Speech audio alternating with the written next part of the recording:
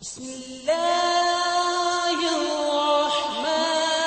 الرحیم۔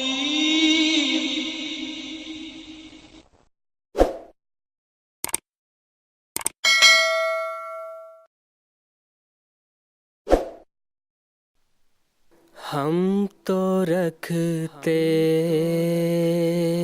ہیں مسلمانوں کا دین،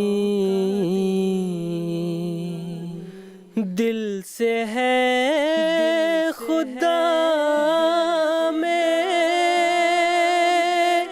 ختم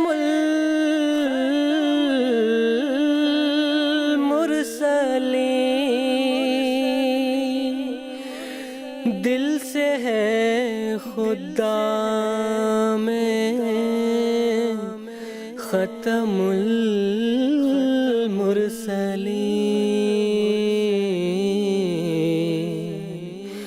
ختم المرسلین۔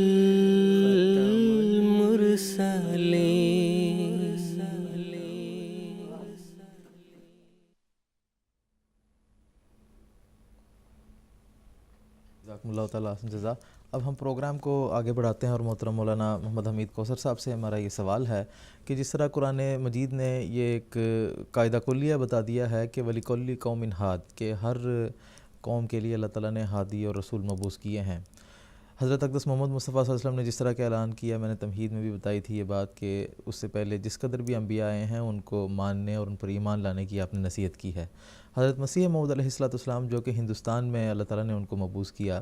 آپ نے ہندوستان کی سرزمین میں جو قدیم زمانے میں جو ہندو اوتار گزرے ہیں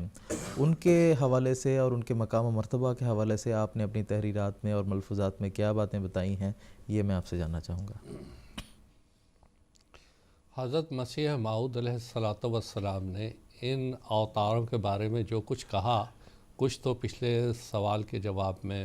عرض کر آیا، اب کچھ اس کی تمہید کے طور پہ کچھ باتیں میں عرض کرنا چاہتا ہوں۔ بات یہ ہے کہ اگر ہم ہندو کتب کا مطالعہ کریں اور پھر اسلامی کتب کا اور حضرت مسیح علیہ السلام کی کتب کا مطالعہ کریں تو یہ بات ایک ظاہر ہوتی ہے کہ یہ کائنات لاکھوں سال سے چلتی چلی آ رہی ہے اور خدا جانے کب تک چلے گی، لیکن اس کے ساتھ ساتھ یہ جو اور کتنے ہی دور انسانی زندگی کے آئے اور ختم ہوئے، لیکن یہ دور جو 7000 سالہ دور ہے جو کہ قرآن مجید میں جس آدم کا ذکر ہے، انی جاعل فی الارض خلیفہ، کہ میں زمین میں ایک خلیفہ بنانے والا ہوں، یہ آدم خلیفہ سے جو اب یہ دور چلا یہ 7000 سال کا دور ہے، اور 6000 سال گزر گئے۔ 6000 سال کے شروع میں حضرت مسیح موعود علیہ السلام کو اللہ تعالیٰ نے بھیجا، اور اس وقت ہم 7ویں ہزار سال میں چل رہے ہیں، اور حضرت مسیح موعود علیہ السلام فرماتے ہیں اس کے بعد اس دنیا کا خاتمہ ہے۔ اب چاہے ہندوستان ہو یا دنیا کا کوئی خطہ ہو، اس کے اندر انبیاء آئے اور بعض کے مقاصد بالکل محدود تھے۔ مثال کے طور پہ نوح علیہ السلام کے اللہ تعالیٰ فرماتا ہے کہ ہم نے نوح علیہ السلام کو بھیجا الی قوم ہی، اس کو ہم نے ساری دنیا کے لیے نہیں بھیجا تھا، ہم نے اس کو صرف اس کی قوم کے لیے بھیجا تھا۔ پھر اسی طرح مدین کی طرف شعیب کو بھیجا، اسی طرح اور جو محدود لوگ تھے، محدود علاقے تھے، ان کی طرف اللہ تعالیٰ نے ان انبیاء کو بھیجا۔ لیکن جس وقت اللہ تعالیٰ نے یہ دیکھا کہ انسانی شعور کا ارتقاء اس حد تک ہو چکا ہوا ہے کہ اب ایک کامل اور مکمل دین اور شریعت کے نزول کی ضرورت ہے، تب اللہ تعالیٰ نے سیدنا محمد صلی اللہ علیہ وسلم کو بھیجا۔ اور اس کی مثال کو ہم اس طرح سے سمجھ سکتے ہیں، مثال کے طور پہ ایک 5 سال کا بچہ ہوتا ہے، ہم اس کو پہلی کلاس میں داخل کرتے ہیں، آہستہ آہستہ وہ بڑھتے بڑھتے 10ویں تک پہنچتا ہے یا اس سے آگے تعلیم لے جاتا ہے۔ اسی طرح ابتدا میں ہندوستان ہو یا دنیا کے کوئی ملک ہو، جو مذاہب، جو بنیادی شریعتیں آئیں، وہ سب کی ان کی حیثیت ابتدائی کلاسوں کی تھی، لیکن جب اللہ تعالیٰ نے یہ محسوس کیا کہ اب انسانی شعور پوری دنیا میں، انسان کی سمجھداری پوری دنیا میں اس قابل ہو گئی ہے کہ اللہ تعالیٰ کی طرف سے ایک کامل اور مکمل دین نازل کیا جائے، تب اللہ تعالیٰ نے اسلام کو بھیجا۔ اب سوال یہ ہے کہ اسلام آیا، اسلام نے سب سے پہلے یہ اعلان کیا الیوم اکملت لکم دینکم،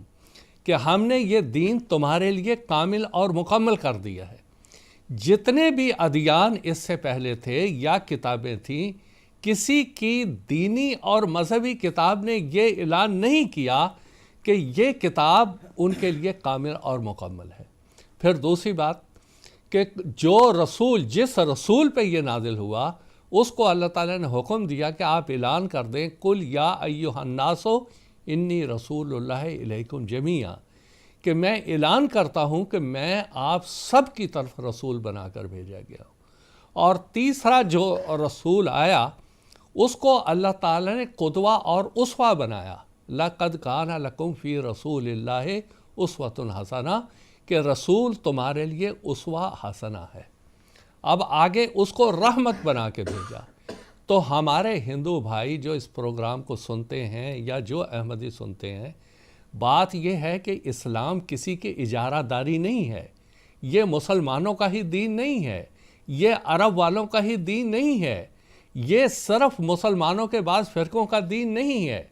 ہمارا رسول یا یہ کتاب یہ تو ہر اس انسان کے لیے ہے جو اس روئے زمین پر بس رہا ہے،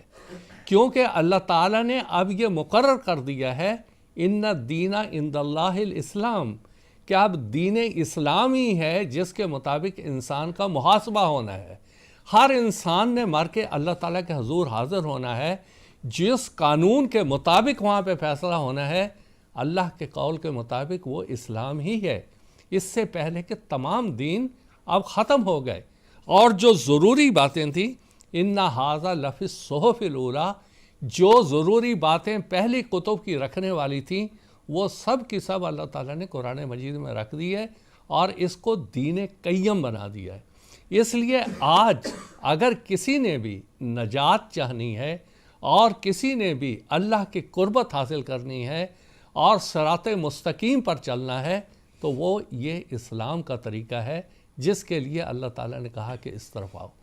اب رہا سوال یہ کہ حضرت مسیح موعود علیہ السلام نے کیا فرمایا۔ اب دیکھیں کہ میں نے کہا کہ قرآن مجید نازل ہوا تو اللہ نے کہا کہ قرآن مجید کے اوپر عمل کر کے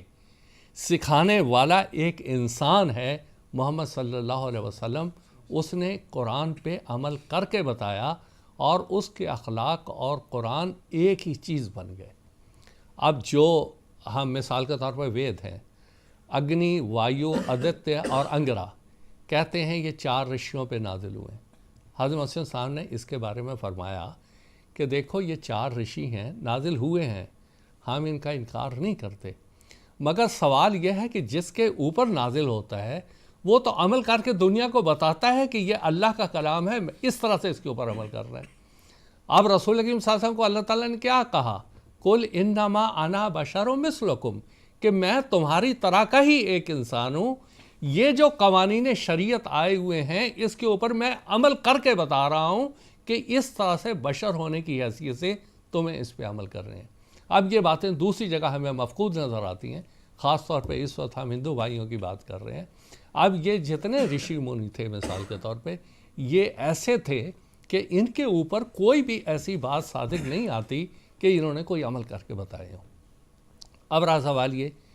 رام چندر جی مہاراج اور کرشن جی یہ 2 نبی ہیں، اوتار ہیں، ہم ان کے اوپر پورا ایمان لاتے ہیں دوسرے انبیاء کی طرح، مگر جو باتیں ان کی طرف منسوب کی جا رہی ہیں آج کی تاریخ میں وہ قابل قبول نہیں ہیں۔ مثال کے طور پہ کرشن جی کے بارے میں گوپیوں کے ساتھ تعلقات کے بارے میں بات آتی ہے۔ اب جہاں ہم عصمت انبیاء کا مضمون بیان کرتے ہیں کہ انبیاء معصوم ہوتے ہیں، وہاں ہم کرشن جی کے بارے میں یہ باتیں کیسے برداشت کر سکتے ہیں؟ اور پھر نبی ایک نمونہ ہوتا ہے، ایک اسوہ ہوتا ہے۔ آپ یہ بتائیں کہ کرشن جی نے جو گوپیوں کے ساتھ یا جو کورو پانڈوؤں کے ساتھ جو یہ ساری گھٹنائیں گھٹیں، کیا یہ آج کا انسان اس طرح کر سکتا ہے؟ نہیں کر سکتا ہے۔ رام چندر جی کے بارے میں جو کچھ بیان کیا جا رہا ہے، چاہے وہ والمیکی رامائن ہو یا تلسی داس کی رامائن ہو، آپ دیکھیں سیتا جی کے ساتھ جو کچھ ہوا جو کچھ کیا گیا، جو کچھ گھٹا، یا جو کچھ ان کی طرف باتیں منسوب کی جاتی ہیں، یہ ایسی نہیں ہیں جو ایک نبی کی شان کے مطابق ہو. یا تو اس کی کوئی تعویل یا مطلب کچھ اور ہوگا، یا یہ ایسی باتیں ہیں جس کے اوپر آج کا انسان عمل نہیں کر سکتا ہے، اور یہ عمل کرنے کے قابل جو ہیں وہی باتیں ہیں جو اسلام نے نبی کے بارے میں بتائی ہیں کہ وہ معصوم عن الخطا ہوتا ہے. اللہ تعالیٰ کی طرف سے جو پیغامات اس کو دیے جاتے ہیں وہ اپنے دور کے انسانوں کو سکھاتا ہے اور خود اس کے اوپر عمل کر کے بتاتا ہے. اور یہی وہ دین ہے جس کو بین الاقوامی دین کہتے ہیں. ابھی آپ معود اقوام عالم کی بات کر رہے ہیں. معود اقوام عالم تو اللہ تعالیٰ نے شروع میں، آج گلوبل وائز ایک کہتے ہیں کہ دنیا ایک ویلیج بن گئی ہے. اللہ تعالیٰ نے تو رب العالمین کہہ کے بتا دیا کہ ہاں اب یہ دنیا ایک ویلیج، ایک گاؤں بن گئی ہے. اور رحمت العالمین کہہ کے بتایا